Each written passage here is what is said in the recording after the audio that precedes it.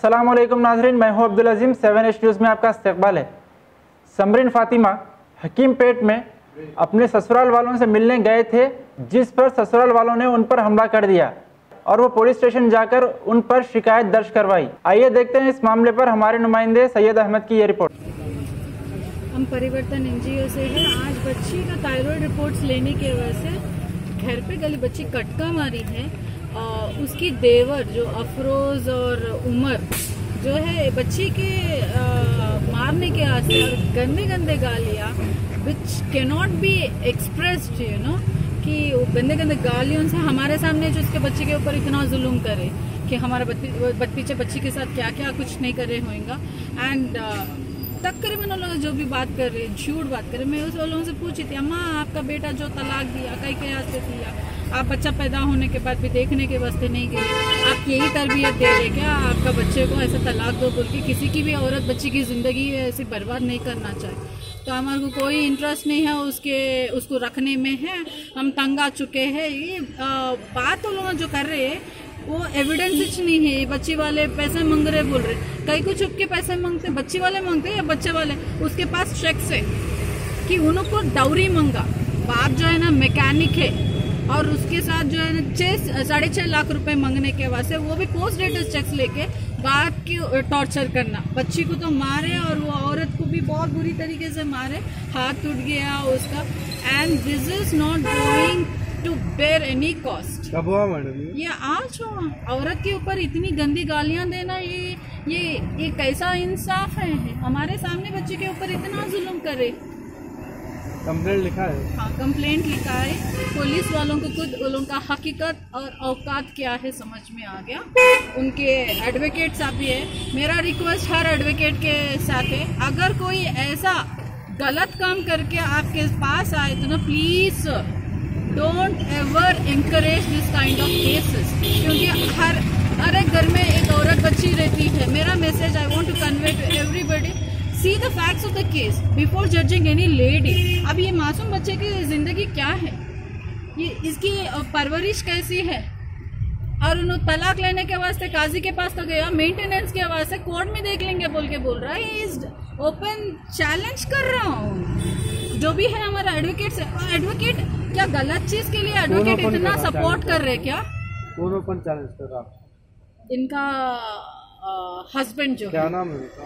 सरफराज है, और एडवोकेट का दाग बिठा रहा हमारे को। एडवोकेट को अगर हाल हकीकत मालूम है तो एडवोकेट को तो वो केस छोड़ देता है, मगर एटलीस्ट एडवोकेट की चीज़ों पे पॉइंट आउट करना बहुत ज़रूरी है कि बच्चे की क्या गलती है क्या नहीं है। सो ये ऐसे केसेस को बिल्कुल भी सपोर्ट नहीं करना चाहिए। नहीं तो अगर ऐसा हो रहा तो ना फिर देन वो सोसाइटी में ट्रीटमेंट्स अलग रहता है। अभी तक तो फीमेल्स कुछ भी नहीं करे, मगर एक दिन आएगा फीमेल्स के हाथ से ये ऐसे आदमियां जो तलाक भिजा रहे ना, जूते खाने का दिन दूर नहीं है। फिर अभी ये बच्चे का क्या कसूर है बोल के इसको अभी इसकी रिस्पॉन्सिबिलिटी कौन लेते? अभी ये बच्ची जो है ना, बच्चे को दूध पिलाएंगे या ना कोर्ट के चक्कर काटेंगे? इस वास्ते जो है तकरीबन औरतों की तकलीफा क्या है बोले था ना, ये लोग जब चाहे तब उठा के तलाक तो दे रहे, डिवोर्स दे रहे, जब चाहे जब मन में क्या होना है वो कर ले रहे। और हम लोगों को बच्चों को पालना भी है, बच्चों को देखभाल भी करना है, फिर उसके बाद ये लोगों को पैसे दे रहे बाबा बोल के बच्चे को पालने के वास्ते कोर्ट के चक्कर मारना है। Is this the justice to a lady? उसको हर सुकून देना, हर चीज करना, फिर ये तकलीफ सिर्फ औरत को कई के लिए है। जब उन्होंने कानूनन तौर जो है डिवोर्स दिया तो कानूनन ये नहीं बताया कि बच्चे का भी देखभाल के लिए कुछ करना चाहिए, उसका बाप का फर्ज नहीं निभाना चाहिए क्या? और उन्हें इतनी हिम्मत से बात कर। मेरा नाम अब्दुल सरफराज है, मैं हकीम पे टोरीजी पे रहता हूँ। मेरी दुकान मल्लापल्ली पे है। आज सुबह 8:30 बजे जो है सो मेरे ससुराल वाले जो है सो मेरे भाइयों पे और मेरे वालदा के और मेरे बहनों के ऊपर अटैक करे, और जेंट्स भी आए थे और लेडीज भी आए थे। और जेंट्स जो है सो मेरा साला है अजहर, मेरी छोटी बहन को जो है सो मारा, उन्हें गला पकड़ के मारा, शर्ट वूट फट गया उसका। और वो तो सुबह अटैक करे सो ये, और मेरे को 1 साल से टॉर्चर कर रहे वो लोग, 1 साल से टॉर्चर कर रहे, और रोडियम को भिजा रहे कर रहे मेरे को। और बोलते तो रास्ते में भी मेरे को जो है 1-2 बार अटैक करे मेरे को, रोक के 3 महीने पहले अटैक करे मेरे पे।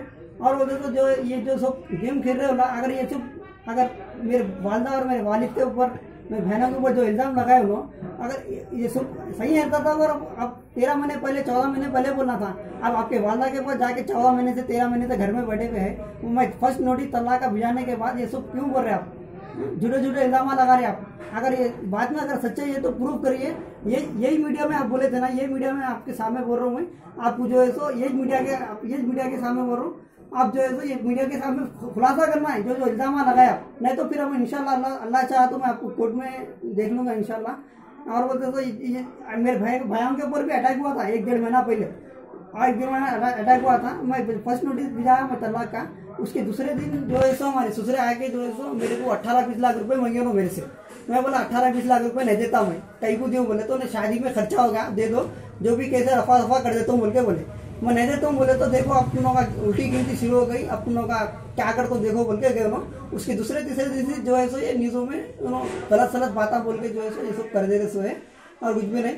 और बोलते तो मेरे को जो है सो बहुत परेशान कर दिया मेरे को रमजान से लेके अब तक। रोडिया भी मेरे को अब तक फोन कर रहे, 1 महीने पहले तक फोन करे रोडिया मेरे को, रोडी सिटरा वो रोडी सिटरा आए मेरे को, रमजान में भी आए, अभी भी आए, 1 महीना पहले भी कॉल करे।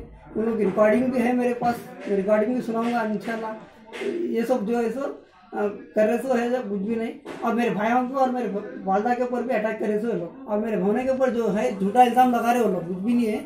अगर आपको सब मालूम करना है तो मेरे घर के पास आके कहीं भी पूछ ले सकते आप, ये सही कितनी सच्चाई है कितनी झूठ है।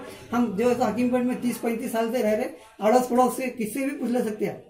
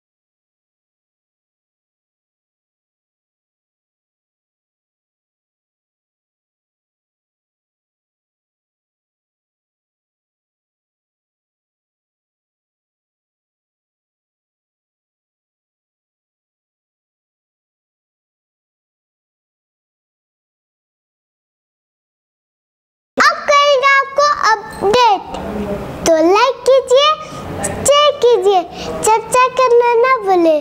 Channel news